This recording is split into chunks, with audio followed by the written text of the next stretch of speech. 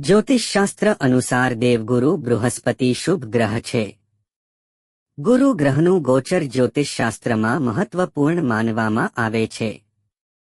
શનિ ગ્રહ પછી સૌથી મંદ ગતિએ ગુરુ રાશિ બદલે છે.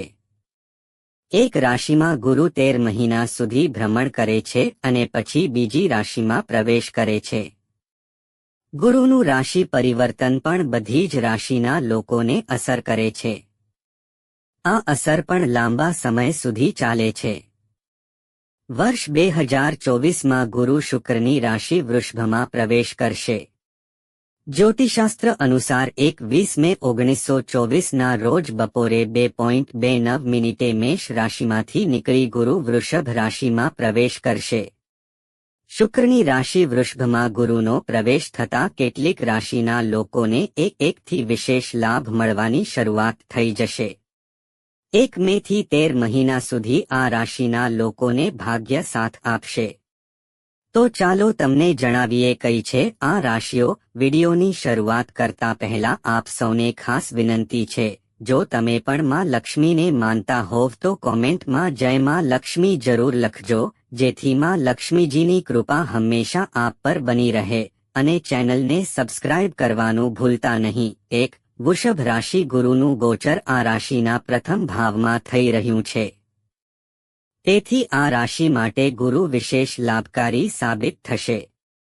આ રાશિના લોકોને ભાગ્યનો સાથ મળશે. મનની બધી જ ઈચ્છાઓ આ સમય દરમિયાન પૂરી થશે. સુખ સુવિધાઓમાં વૃદ્ધિ થશે. નોકરીમાં પ્રમોશન પણ મળી શકે છે.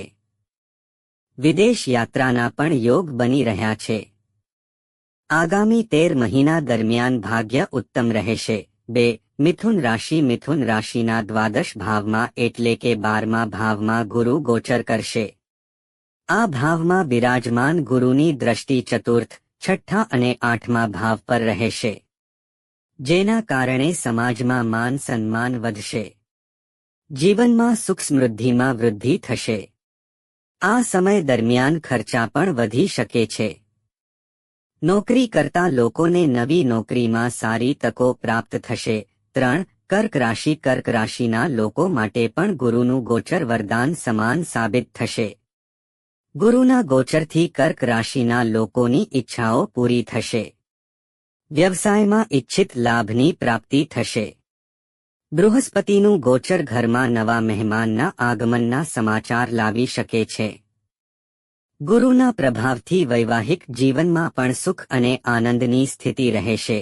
4. મકર રાશિ. ગુરુનું ગોચર મકર રાશિના પંચમ ભાવમાં થશે, જેના કારણે આ રાશિના લોકોને પ્રેમ અને સંતાન સુખ પ્રાપ્ત થશે. દેવગુરુ બૃહસ્પતિનું આ ગોચર મકર રાશિના લોકોને ખુશખબરી આપી શકે છે. જે જાતકોના લગ્ન નથી થયા તેમને વિવાહનો પ્રસ્તાવ પણ આવી શકે છે. મિત્રો, વિડિયો પસંદ આવ્યો હોય તો લાઇક, શેર અને સબસ્ક્રાઇબ જરૂર કરજો. જય માતા લક્ષ્મી.